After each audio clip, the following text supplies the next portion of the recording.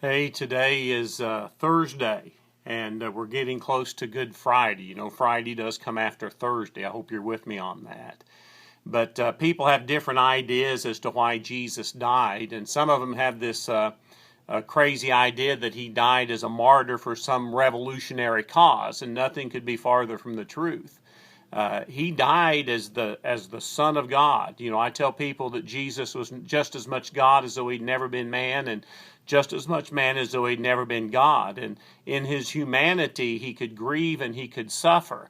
And he became the very essence of sin on the cross of Calvary, and that's why he cried out, my God, why have you forsaken me?"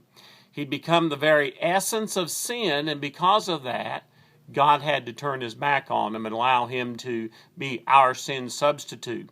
The prophet Isaiah in chapter 53 spoke about how Christ took upon himself our transgressions, and he bore our sins upon the cross.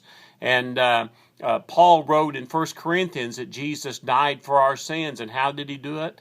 Paul says, according to the Scriptures, according to everything that had been prophesied in the Old Testament, according to everything that Jesus had said about it in his life on earth. So according to Galatians 3:13, he became a curse for us. The innocent Son of God took upon himself our burdens, our guilts, and our sins. He was lifted up on the cross that we might be lifted up to heaven on some future day. And that, again, my friends, is one of the hopes that we have at this time we call Easter. I hope to see you this coming Sunday, Easter Sunday, at the corner of Central and Star, First Christian Church. Worship services at 8:30 and 10:30. God bless you.